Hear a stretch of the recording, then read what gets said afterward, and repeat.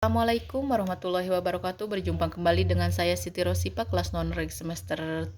Di sini saya akan mereview mata kuliah hukum pidana lanjutan yang didoseni oleh Ibu Profesor Dr. Hajah Heni Nur Aini SHMH dan asistennya Bapak Dr. M. Rendi Aridayandi.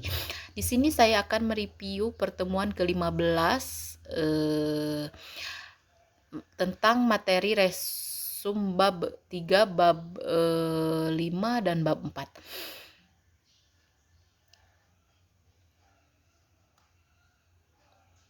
Bab 3 tentang perbarengan gabungan tindak pidana summon law atau konkursus. Pengertian perbarengan gabungan atau TP dalam garis miring konkursus atau summon law dalam KUHP tidak ditemukan definisinya, tetapi dari rumusan pasal-pasalnya dapat disimpulkan sebagai berikut. Seseorang dengan satu perbuatan mengakibatkan beberapa aturan pidana dilanggar, atau seseorang dengan beberapa perbuatan mengakibatkan beberapa aturan pidana dilanggar. Contoh, Dedi sedang ada di luar aula sedangkan Agus berada di dalam aula. Agus marah sama Dedi karena buku biologinya diambil tanpa sepengetahuan, dan Agus pun berniat melempar Dedi yang sedang ada di luar. Kalau Agus jadi melempar Dedi, akan ada aturan yang dilanggar lebih dari satu, yaitu Agus merusak kaca pasal 4. Pasal 406. 2. Agus melakukan penganiayaan pasal 351 ayat 2, diantaranya 3 diantaranya perbuatan-perbuatan tersebut hakim belum pernah menjatuhkan putusan atau vonis yang telah mempunyai kekuatan hukum yang pasti dan tetap. Jaksa penuntut umum dalam melakukan penuntutan perkara-perkara tersebut harus secara sekaligus dan bersamaan. Di antara ketiga pengertian tersebut di atas, yang paling penting adalah yang nomor 1 karena menyangkut perbuatan. Pengaturan perbarengan atau gabungan atau TP diatur dalam buku 1 KUHP bab 6 pasal 63 sampai 71. Perbarengan peraturan konkursus idealis diatur dalam pasal 63 KUHP. Perbuatan berlanjut atau general handling diatur dalam pasal 64 KUHP. Perbarengan perbuatan konkursus idealis dalam pasal 65 sampai dengan 71 KUHP. Konkursus idealis dan konkursus realis adalah bentuk konkursus murni, sedangkan perbuatan berlanjut atau gadget handling adalah bentuk konkursus tidak murni. Sistem pembinaan perbarengan peraturan konkursus idealis pasal 63 KUHP. Menurut pasal 63 KUHP ayat 1, KUHP digunakan sistem aborsi, yaitu hanya dikenakan dijatuhkan pidana pokok terberat. Sistem pembinaan seperti ini dinamakan aborsi murni. Hisapan murni yaitu pidana yang terberat menghisap pidana yang ringan. Dalam konkursus idealisme, perbuatan yang dimaksud adalah perbuatan jasmani atau material handling, yaitu perbuatan yang tidak dapat dipisah-pisahkan. Dalam pasal 63 KUHP, aturan yang dilanggar harus berbeda atau lebih dari satu aturan pidana. Tetapi dalam praktek sering terjadi beberapa perbuatan yang hanya melanggar satu aturan pidana. Terhadap hal ini dipakai pendapat doktrin, yaitu konkursus idealis homogeneus. Perbuatan berlanjut gadget handling. Menurut pasal 64 ayat 1 berlaku sistem aborsi, yaitu hanya dikenakan satu aturan pidana saja, dan jika berbeda-beda dikenakan ketentuan yang memuat ancaman hukuman pidana pokok yang terberat. Pasal 64 ayat 2 merupakan aturan khusus dalam pemalsuan dan perusakan mata uang. Pasal 64 ayat 3 merupakan ketentuan khusus dalam hal kejahatan-kejahatan ringan yang merupakan perbuatan berlanjut. Menurut MVT, syarat perbuatan berlanjut adalah 1. Ada niat yang merupakan perbuatan yang terlarang. 2. Di antara perbuatan tersebut dilakukan tidak terlalu lama. 3. Tindak pidana yang dilakukan harus sejenis. Contoh kasus dalam perbuatan berlanjut gadget handling. Seorang pembantu yang mencuri uang milik majikan yang tersimpan di lemari berupa lembaran 10.000 yang berjumlah 1 juta. Segepok uang tersebut tidak diambil pembantu secara sekaligus, melainkan setiap hari hanya 2 lembar saja dan baru 3 kali mencuri keburu ketahuan oleh majikan. Untuk kasus ini hanya dikenakan satu pasal saja terhadap pembantu tersebut, pasal 362 KUHP. Bab 3 tentang perbarengan gabungan tindak pidana Samenlop Konkursus Part 2. Pengaturan perbarengan gabungan atau gabungan TP diatur dalam buku 1 bab 4 pasal 6371. 1. Perbarengan peraturan konkursus idealis diatur dalam pasal 63 KUHP. 2. Perbuatan berlanjut pot GJT handling diatur dalam pasal 64. 3. Perbarengan perbuatan konkursus idealis diatur dalam pasal 65 sampai 71. Konkursus idealis dan konkursus idealis dalam bentuk konkursus murni, sedangkan perbuatan berlanjut pot gadget handling adalah bentuk konkursus tidak murni. Sistem pemindanaan perbarengan peraturan konkursus idealis pasal 63 KUHP. Menurut pasal 63 KUHP ayat 1 KUHP digunakan sistem aborsi, yaitu hanya dikenakan dijatuhkan pidana pokok terberat. Sistem pemindahan seperti ini dinamakan aborsi murni hisapan atau murni, yaitu pidana yang terberat menghisap pidana yang ringan.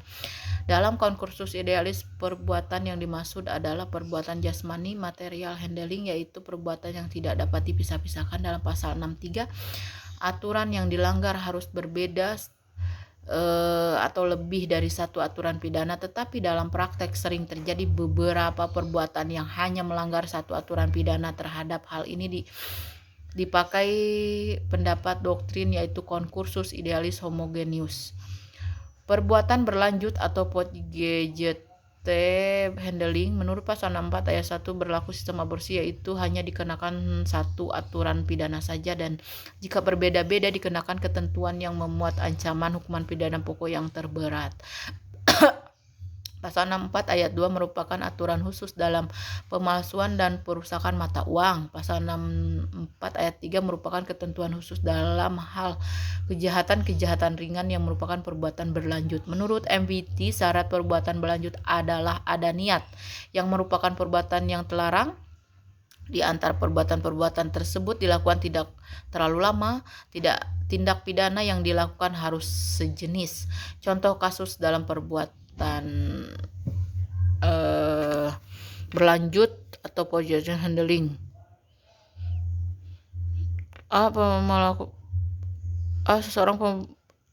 Seorang pembantu yang mencuri uang milik majikan yang tersimpan di lemari berupa lembaran 10.000 yang berjumlah 1 juta atau segepok. Uang tersebut tidak diambil pembantu secara sekaligus, melainkan tiap hari hanya 2 lembar saja dan baru 3 kali keburu ketahuan oleh majikan. Untuk kasus ini hanya dikenakan satu pasal terhadap pembantu tersebut, yaitu pasal 362 KUHP. Perbarengan konkursus realis diatur pasal 65 pasal 71. Konkursus realis berupa kejahatan yang diancam pidana pokok sejenis, yaitu terhadap kejahatan-kejahatan pasal 65, yaitu hanya dikenakan satu pidana dengan ketentuan bahwa jumlah pidana maksimum tidak boleh lebih dari maksimum pidana terberat ditambah sepertiganya. Aborsi yang dipertajam atau diperberat. Contoh melakukan 3 jenis kejahatan yang diancam pidana masing-masing 4 tahun, 5 tahun, 9 tahun. Terhadap hal ini pidananya adalah 9 tahun tambah 1/3 kali 9 sama dengan 12 tahun. Melakukan 2 jenis kejahatan yang diancam 1 tahun dan 9 tahun. Dalam hal ini pidana yang dikenakan adalah 10 tahun bukan 9 tahun ditambah 1/3 kali 9 atau 12 tahun karena melebihi jumlah maksimum pidana untuk masing-masing kejahatan. Contoh, Joni melakukan pencurian dengan ancaman hukuman pidana 5 tahun melanggar pasal 362 KUHP, dan Joni juga melakukan pemerkosaan melanggar pasal 285 KUHP yang ancaman hukuman pidananya 12 tahun, serta Joni membunuh si korban melanggar pasal 338 KUHP dengan ancaman hukuman pidana 15 tahun. Terhadap perbuatan ini Joni dijatuhkan hukuman pidana 15 tahun tambah 1/3 kali 15, yaitu sama dengan 20 tahun. Jadi Joni dijatuhkan hukuman penjara 20 tahun penjara. B. Andi, seorang preman, melakukan pemerasan terhadap seorang pedagang buah di Jalan Raya Cianjur. Tiap pedagang dipalak Andi. Andi kena pasal 368 ayat 1.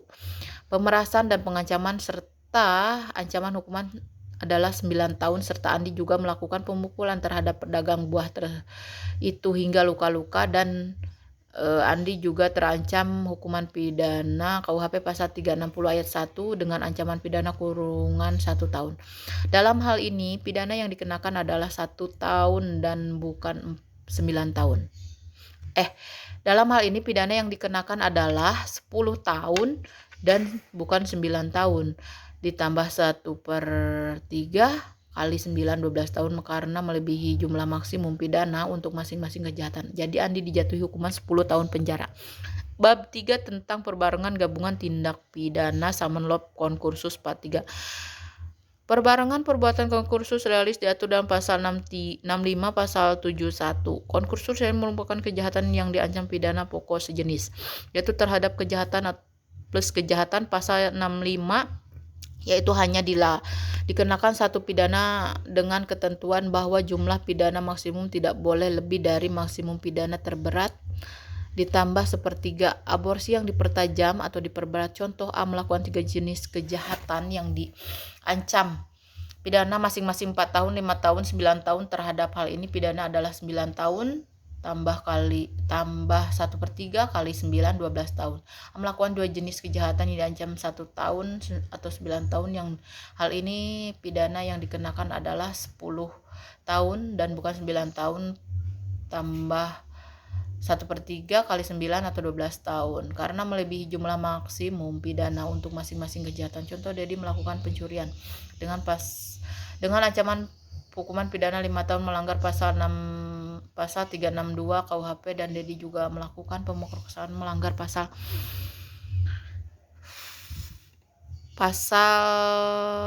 285 KUHP yang diancam hukuman pidananya 12 tahun. Setelah Dedi membunuh si korban melanggar pasal 338 dengan ancaman hukuman pidana 15 tahun. Terhadap perbuatan ini Dedi dijatuhi hukuman pidana 15 tahun tambah 1/3 kali 15 20 tahun. Jadi Dedi dijatuhi hukuman 20 tahun penjara. Dani, seorang preman, melakukan pemerasan terhadap seorang pedagang buah di Jalan Raya Cianjur. Tiap pedagang dipalak Dani.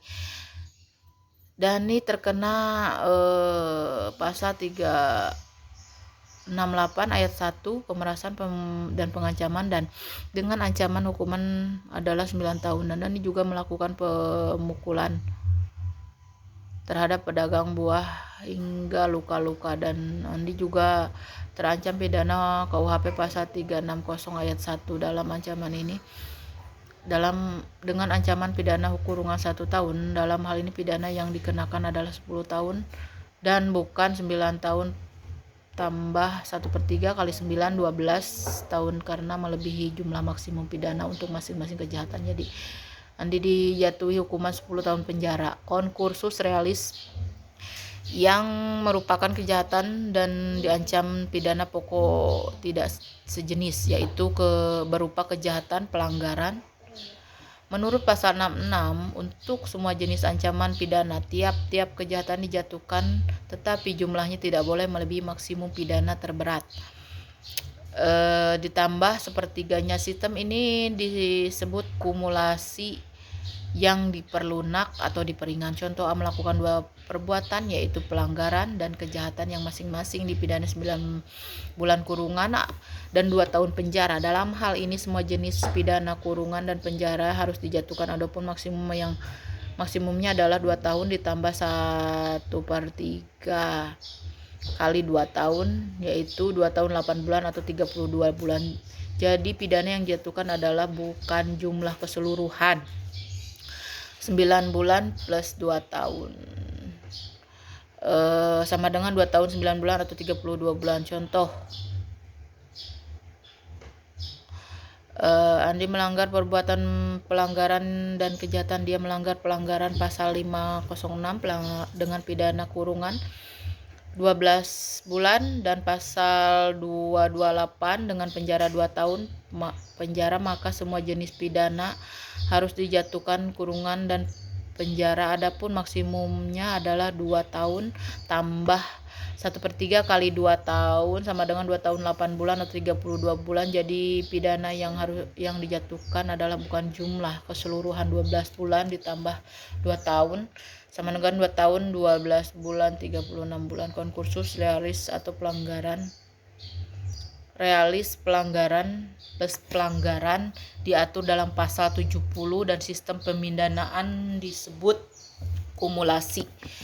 Pidana sejenis yaitu tiap-tiap pidana dijumlahkan. Contoh A melakukan 2 pelanggaran yang masing-masing ancaman pidana kurungan 6 bulan dan 9 bulan, maka seharusnya maksimum pidananya adalah 6 tambah 9 sama dengan 15. Tetapi menurut pasal 70 ayat 2, sistem kumulasi itu dibatasi sampai maksimum 1 tahun 4 bulan kurungan. Jadi apabila A melakukan 2 pelanggaran yang masing-masing diancam kurungan 9 bulan, maka untuk A dijatuhkan pidana 18 bulan kurungan. Hal ini bertentangan dengan pasal 70 ayat 2, yaitu pidana maksimum yang harus dijatuhkan bukan 18 bulan tapi 16 bulan 1 tahun 4 bulan. Contoh, Debbie melakukan 2 pelanggaran, yaitu pelanggaran pasal 505 ayat 2 dengan pidana kurungan 6 bulan, pasal 506 dengan pidana kurungan 12 bulan, maka untuk Debbie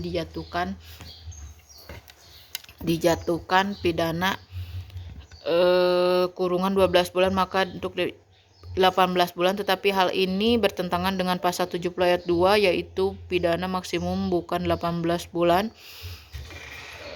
tetapi 16 bulan atau 1 tahun 4 bulan. Jadi pidana kurungan Debbie yang dijatuhkan adalah 16 bulan. Untuk konkursus realis, baik yang berupa kejahatan maupun pelanggaran yang diadili pada saat berlainan berlaku pasal 71. Contoh, pada tanggal 1 Januari 2007 melakukan pembunuhan, pada tanggal 15 Februari 2007 melakukan pencurian, pada tanggal 10 Maret 2007 melakukan pencurian. Dalam hal ini karena alat bukti belum lengkap, maka perkara yang ke-1 saja pembunuhan yang diajukan ke pengadilan. Terhadap kasus ini hakim harus berpedoman pada pasal 71, yaitu dalam perkara ke-1 jika hakim sudah memutus pidana terberat ditambah 1/3, maka untuk perkara selanjutnya hakim hanya menjatuhkan vonis dengan putusan bersalah saja. Tetapi apabila dalam perkara ke-1 hakim belum menjatuhkan pidana terberat ditambah 1/3, maka vonis kedua dapat dijatuhkan pidana terberat ditambah 1/3-nya. Pasal 71 KUHP berhubungan dengan pengertian perbarengan, yaitu rumusan ketiga. Oleh karena itu jaksa penuntut umum harus melakukan penuntutan secara bersamaan dan sekaligus. Tetapi dalam praktek jaksa tidak selalu menjatuhkan perkara secara sekaligus dikarenakan alat bukti yang kurang lengkap. Atas dasar itu maka konkursus berbicara tentang pemindanaan tidak pidana atau stelsel atau sistem pemindanaan yang meringankan, namun menurut sistematika KUHP memberatkan. Bab 4 tentang pengulangan tindak pidana residip part ke-1.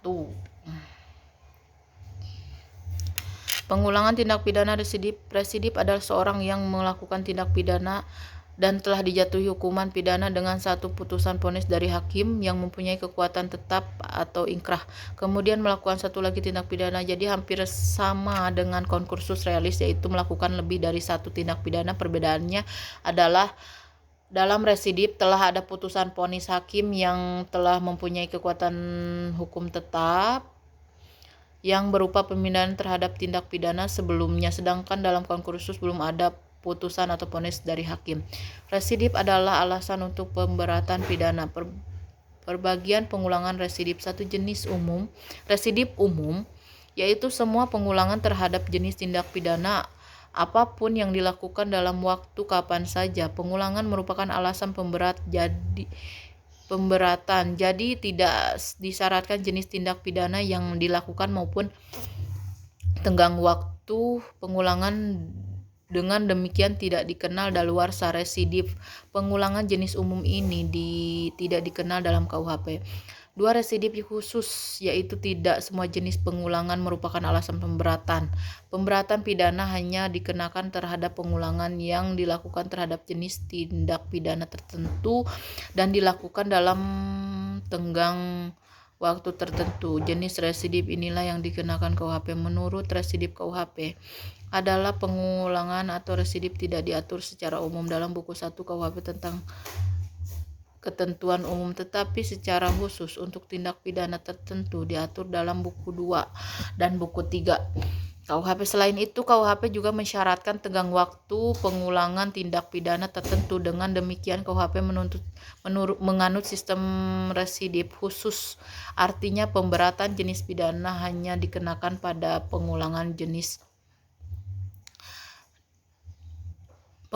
jenis-jenis tindak pidana tertentu saja dan dilakukan pada tenggang waktu tertentu. Residip untuk tindak pidana dapat berlaku untuk kejahatan maupun pelanggaran, yaitu residip kejahatan.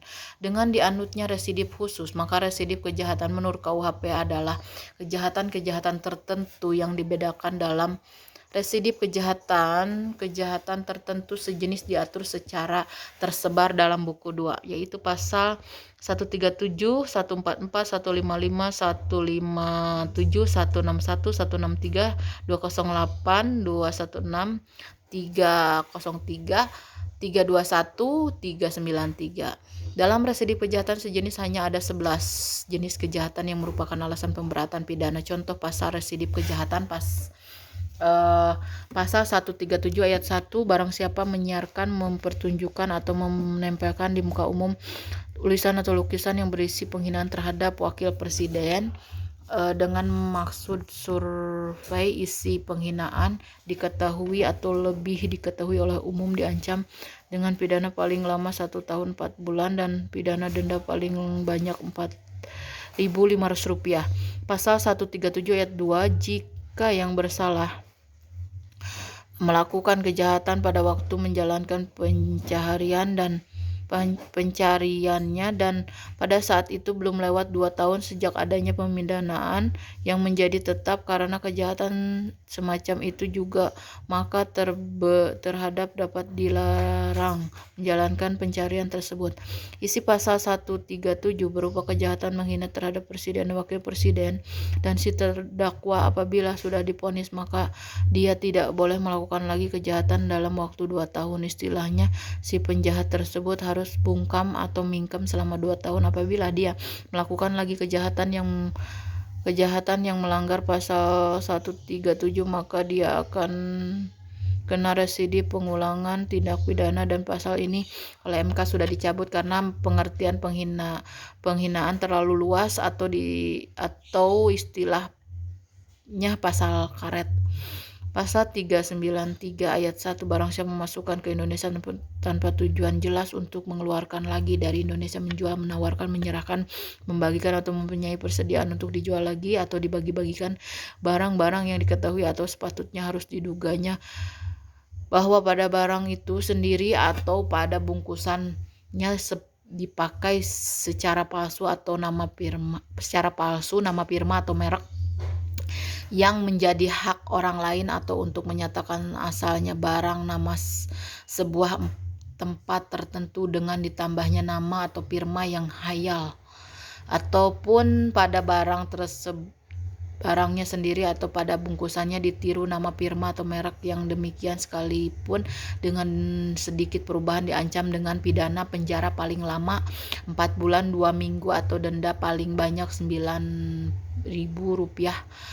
Pasal 39 ayat 2, jika pada waktu melakukan kejahatan belum lewat 5 tahun sejak adanya pemindanaan yang menjadi tetap karena kejahatan semacam itu juga dapat dijatuhkan pidana penjara paling lama 9 bulan. Isi pasal 393 yang dimaksud adalah tentang pemalsuan merek, mata pencaharian produk, memperbanyak produk, dikenakan penjara paling lama 4 bulan 2 minggu dan apabila dalam waktu sebelum 5 tahun melakukan lagi, maka hukumannya diperberat menjadi 9 bulan penjara termasuk karena masuk ke residip atau pengulangan tindak pidana. Contoh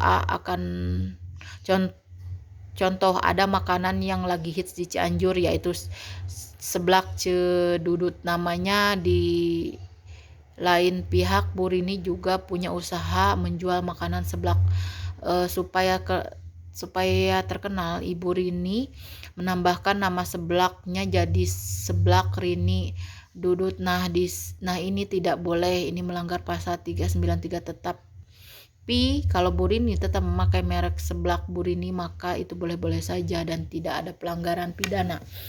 Syarat residip: 1. Kejahatan yang diulang harus sama atau sejenis dengan kejahatan terdahulu. 2. Karena kejahatan yang terdahulu dan kejahatan yang diulang harus sudah ada putusan hakim yang berupa pemindanaan yang merupakan kekuatan hukum yang pasti dan tetap atau sudah inkrah. 3. Pelaku kejahatan yang menjalankan kejahatan harus berupa pencarian khusus untuk pasal 22116 atau 303 bis dan 393 syarat itu tidak ada. 4. Pengulangannya dilakukan dalam tenggang waktu tertentu yang disebut untuk pasal-pasal. 2 tahun sejak adanya putusan hakim yang pasti tetap pasal 137, 144, 208, 216, 303 dan 321. 5 tahun sejak adanya putusan hakim tetap pasti atau tetap pasal 155, 157, 161, 163 dan 393 KUHP. Tidak mungkin ada residip apabila keputusan hakim tidak berupa pemindanaan melainkan prispak, pembebasan dari segala tuntutan dan pelepasan dari segala tuntutan. Keputusan atau vonis hakim masih dapat berubah dengan adanya upaya hukum yang berlaku, banding dan kasasi. Putusan hakim yang berupa penetapan atau besiking, misalnya keputusan yang menyatakan tidak berwenangnya hakim untuk memeriksa perkara tersebut, keputusan tentang tidak diterimanya tuntutan jaksa karena terdakwa tidak melakukan kesalahan, tidak diterimanya perkara karena penuntutnya sudah daluarsa. Yang perlu diperhatikan adalah bahwa saat pengulangan dihitung sejak adanya putusan hakim yang berkekuatan tetap. Jadi tidak disyaratkan apakah jenis pidana yang dijatuhkan oleh hakim sebelumnya, dan juga tidak disyaratkan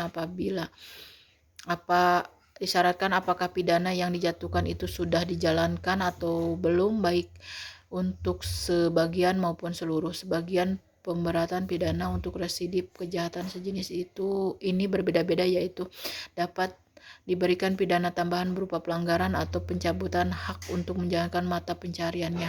2. Pidananya dapat ditambah sepertiga khusus pasal 216. Pidana dapat ditambah dilipat 2 kali, yaitu khusus pasal 393, yaitu dari 4 bulan 2 minggu menjadi 9 bulan penjara. Bab 4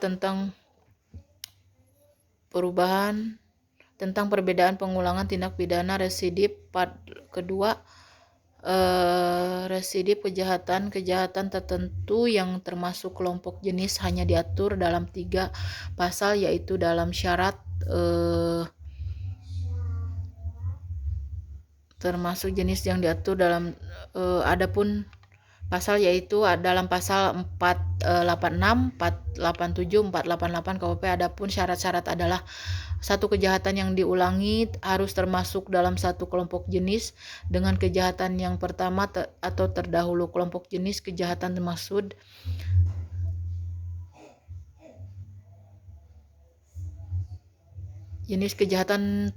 adalah kelompok jenis pasal 486 KUHP mengenai kejahatan terhadap harta benda, pemalsuan, misalnya pemalsuan mata uang 244, 248, pemalsuan surat 263, 264, pencurian 262, 265, penggelapan, penipuan, kejahatan jabatan 415, 417, 425, penadahan 480, 481. Contoh: pada saat melakukan penipuan kena hukuman penjara 3 tahun penjara dihitung dari 1 Januari 2020 sampai dengan Januari 2023, masuk pada pasal 486. Belum lewat 5 tahun karena pidananya berarti 2 tahun kemudian keluar, tidak boleh melakukan penadahan. Pencurian nanti Pak Andi kena pemberatan pidana. Kalau nggak kuat atau gagal gimana? Boleh saja jangan melakukan kejahatan sejenis dan tidak ada pemberatan pidananya. Di negara Singapura tidak ada yang namanya residip karena di sana berlaku hukum dapat dikalikan dua kali lipat dapat hukuman, misalnya orang mencuri kena hukum 3 tahun, terus mencuri lagi kena hukum pemberatan menjadi 6 tahun, sesudah keluar mencuri lagi dan kena pemberatan pidana menjadi 12 tahun. Kelompok jenis kejahatan pasal 487 mengenai kejahatan terhadap orang, misalnya penyerangan atau makar terhadap kepala negara, pembunuhan, penganiayaan, dan lain-lain.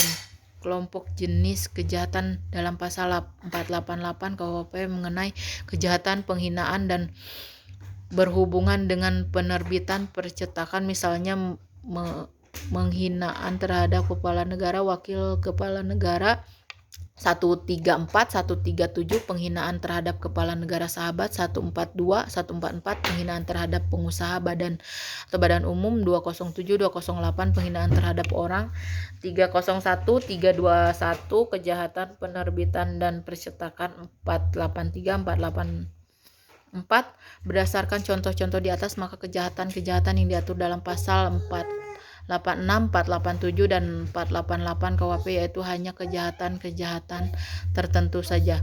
Dengan demikian, maka dalam sistem KUHP tidak semua kejahatan berat dapat dijadikan sebagai alasan residip pengulangan untuk alasan pemberatan pidana. 2. Antara kejahatan yang kemudian yang diulang dengan kejahatan yang terdahulu sebelumnya harus ada putusan hakim yang berupa pemindahan tetap, dan putusan hakim tidak berupa penetapan atau besiking.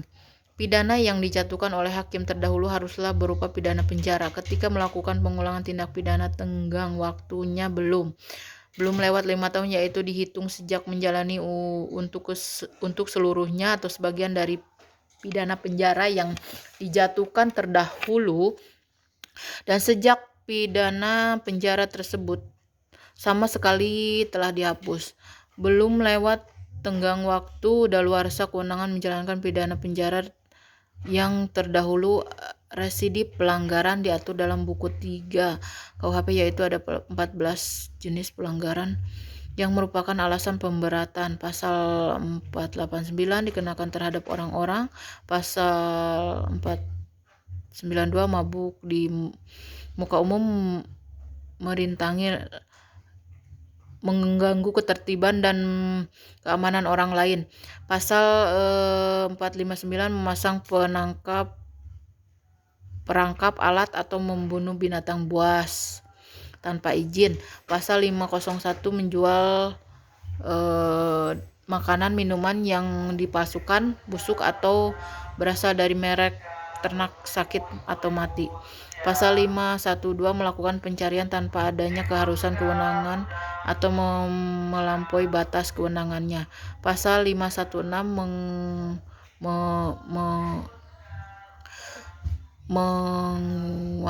mengusahakan tempat bermalam tanpa suatu register atau catatan, atau tidak menunjukkan register tersebut pada jabatan yang memintanya. Pasal 517 membeli dan sebagainya barang anggota militer tanpa izin. Pasal 530 petugas agama melakukan upacara atau upacara perkawinan sebelum dinyatakan padanya bahwa pelangsungan di muka pejabatan catatan sipil atau dilakukan.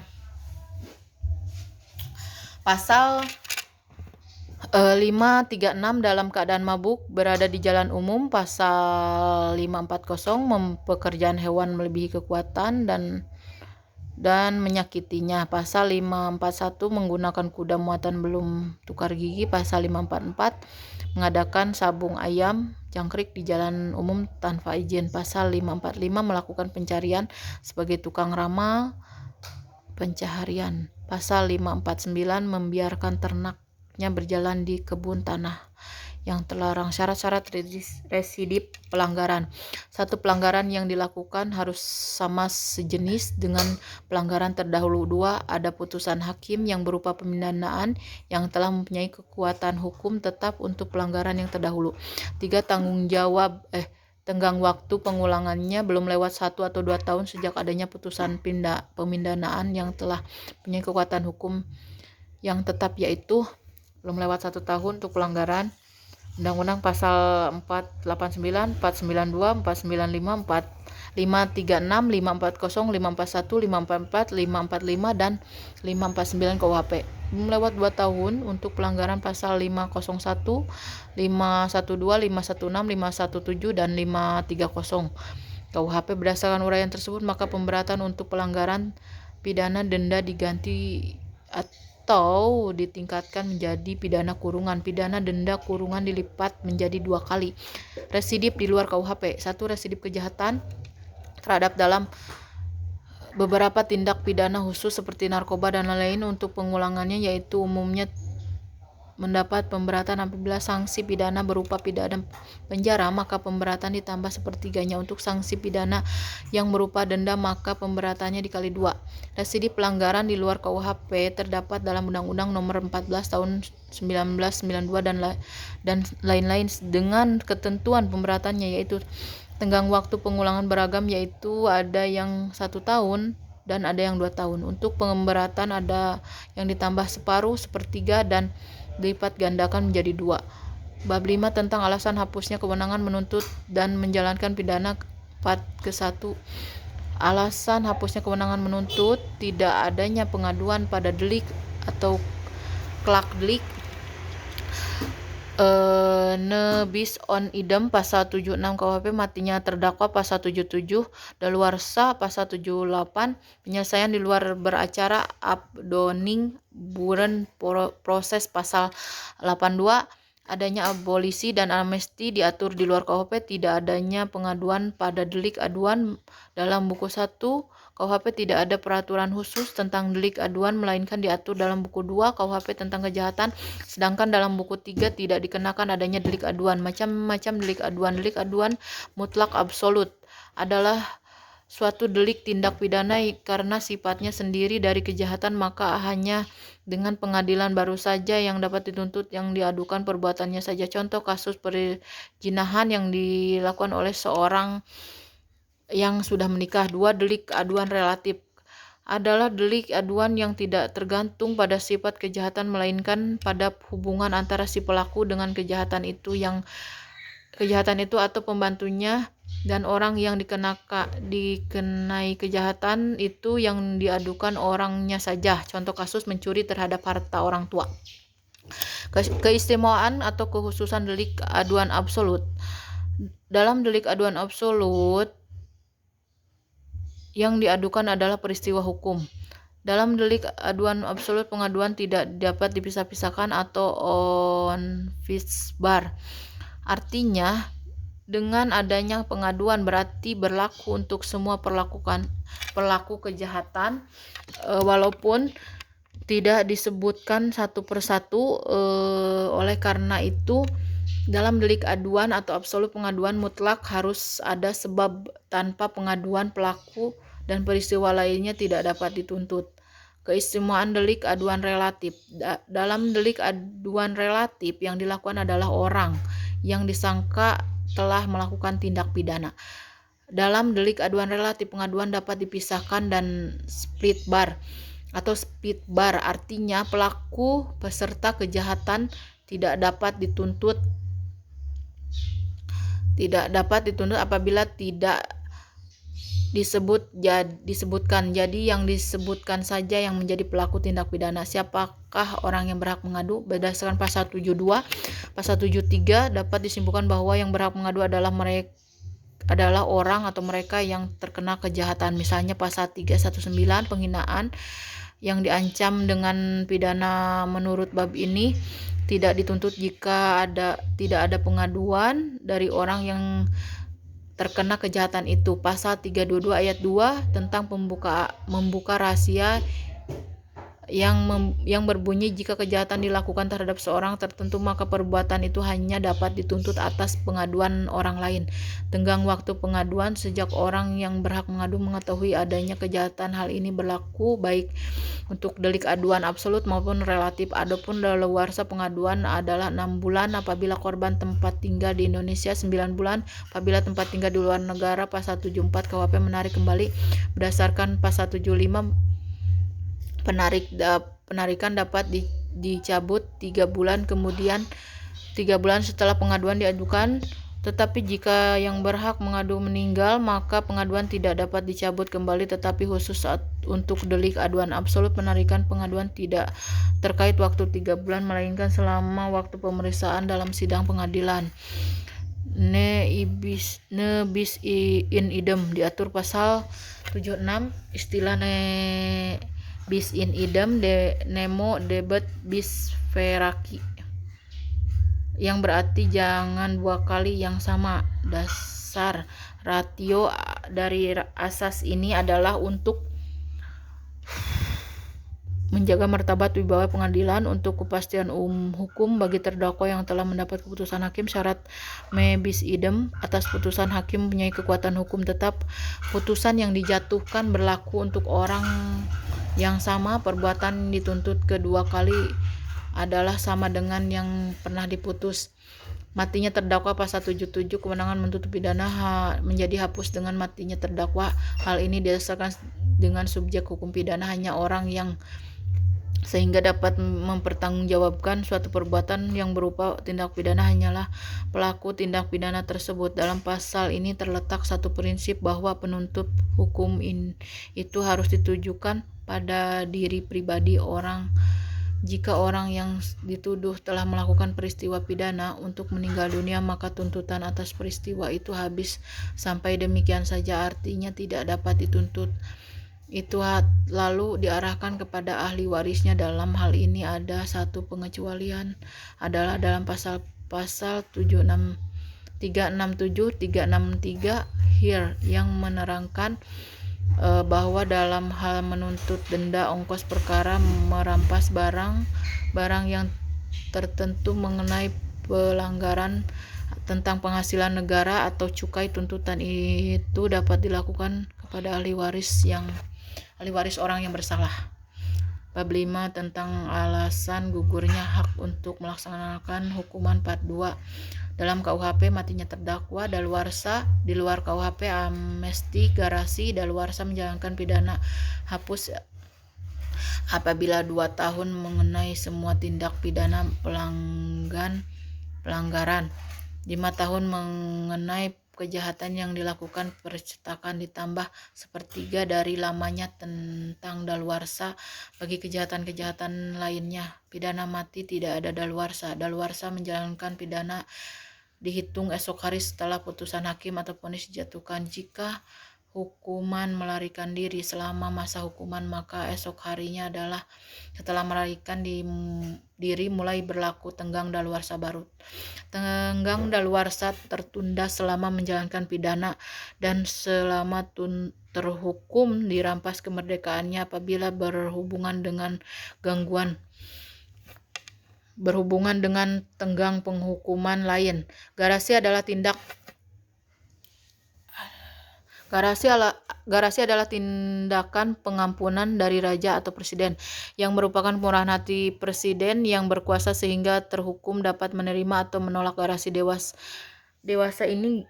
Garasi berfungsi sebagai koreksi atau putusan pengadilan untuk mencegah timbulnya ketidakadilan atas tindakan hukum. Garasi adalah penghapus hukuman yang telah dijatuhkan oleh hakim, baik untuk sebagian maupun seluruhnya, atau merubah hukuman yang berlainan sifatnya. Garasi diatur dalam Undang-Undang Republik Indonesia Nomor 5 Tahun 2010 tentang perubahan atas Undang-Undang Nomor 22 Tahun 2002 tentang garasi. Tujuan garasi adalah sebagai koreksi atas keputusan pengadilan, dapat dilakukan oleh terhukum atau hakim karena jabatan apabila dalam menjatuhkan putusan terhadap kesalahan atau kehilafan. Yang dimaksud kesalahan atau kehilafan adalah apabila hakim salah menafsirkan peraturan terhadap satu tindak pidana sehingga mengakibatkan dalam penerapan sanksi pun salah. Selain itu, dapat juga terjadi apabila hakim merasa putusannya kurang adil sehingga putusan vonis perlu diperbaiki. Akibat hukuman dari adanya garasi, presiden menolak permohonan garasi berhenti terhukum harus menjalankan hukuman. 2. Presiden mengabulkan permohonan garasi berarti terhukum tidak harus menjalankan hukuman seluruhnya. 3. Presiden mengadakan perubahan hukuman komutasi, berarti mengadakan perubahan masa hukuman, misalnya hukuman mati dirubah menjadi seumur hidup, hukuman penjara menjadi hukuman kurungan. 4. Mengurangi hukuman, artinya hukuman yang dijatuhi oleh hakim dikurangi hingga menjadi lebih ringan. Yang terpenting dalam garasi adalah bukan menghilangkan keputusan hakim, melainkan keputusan hakim tetap adanya, tetapi pelaksanaan putusan hakim dikurangi. Dengan kata lain, kesalahan terhukum tetap ada. Macam-macam garasi.